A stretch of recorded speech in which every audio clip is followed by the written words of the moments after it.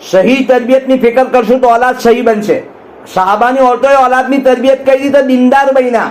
અલ્લાહના દીનના તકાજા પર એરીઓના બલ ઉભા થઈ જતા. અલ્લાહના નબી અમને દેજો. એ માની તરબિયતનો અસર હતો.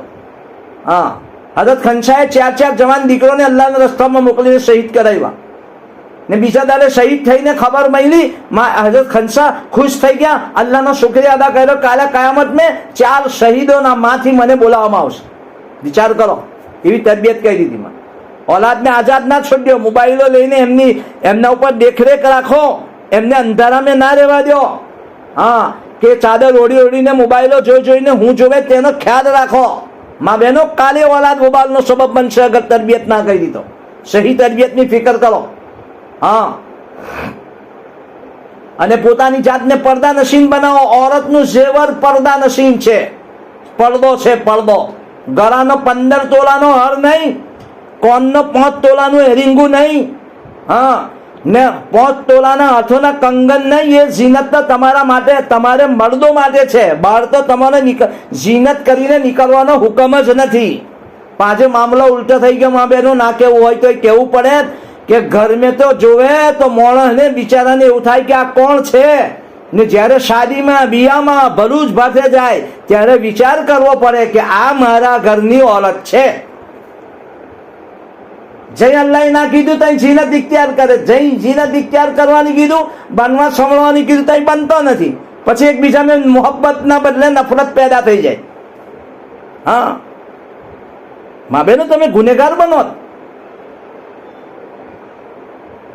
અસલ औरतનો ઝેવત પડદો છે. હા, કે औरतની ખૂબી પરાયા મરદ એને ના જોવે, એ કોઈ પરાયા મરદને ના જોવે. હઝરત અલી હઝરત ફાતમાથી પૂછ્યું હતું કે औरतની ખૂબી બતાવો. તે કે औरतની ખૂબી આ છે. આપણે તો કોઈ એહતિયાત નહીં, ગમે તે આવી જાય તો વાતો કરવા વર્ગી જ પડીએ. પડદાની તોફીક તો થતી જ નથી ને ગુનેગાર બનીએ ના માનો. બેપરદા ફરવું ગુનો છે. એને કાનને દિલમાં ઉતારજો. પડદા નશીન બનો. પડદો અલ્લાહનો હુકમ છે.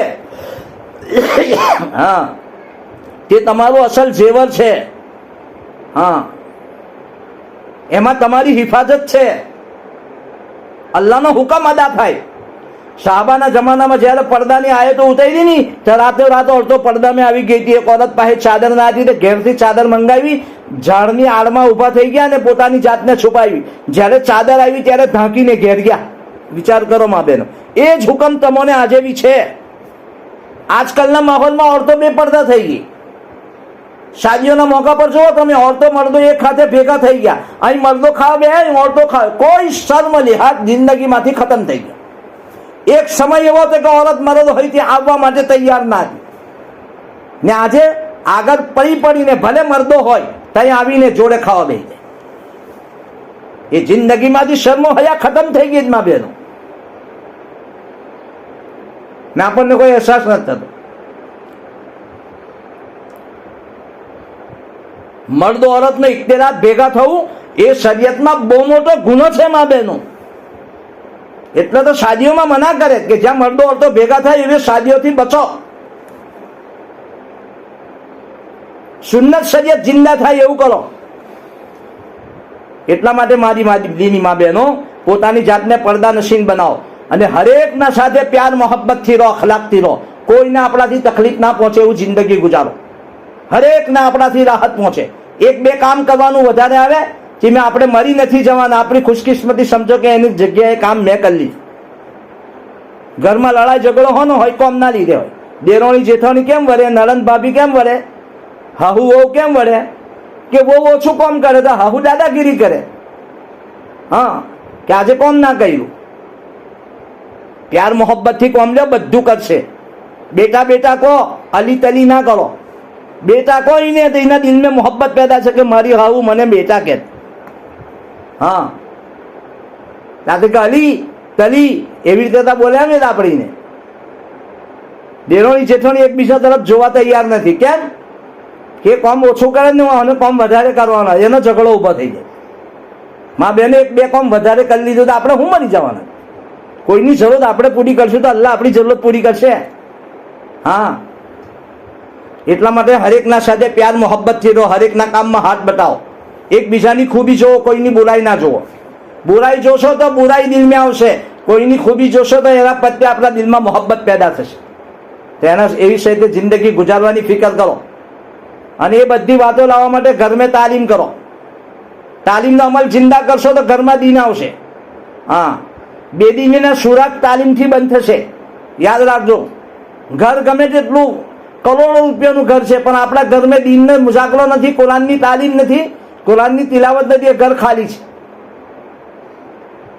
એટલા માટે કહેતા આપણા બુजुर्गों કે ઘરોમાં તાલીમ કરો. હર ઘર में તાલીમ જિંદા થાય.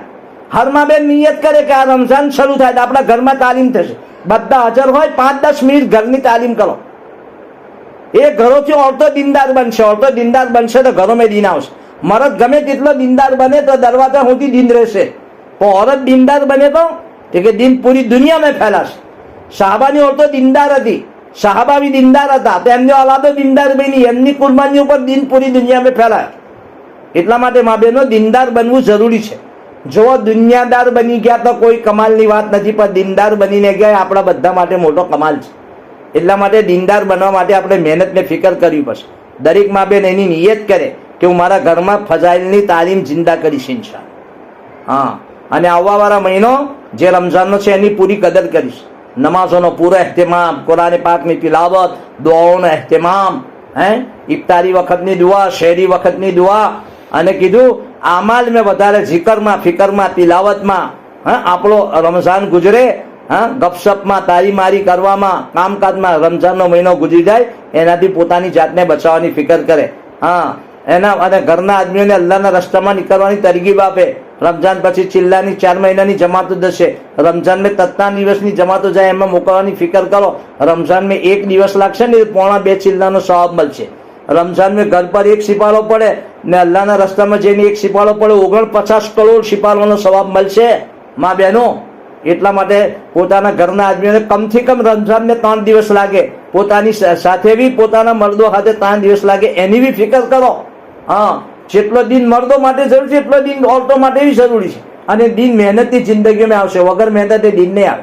એટલે માટે પોતે મા બહેનો દીનદાર બનો, પોતાની ઓલાદને દીનદાર બનાવો, ઘરના આદમીઓને દીનદાર બનાવીશું તો ઘરોમાં ચેન સુકૂન રાહતની જિંદગી આપણે જીવીશું.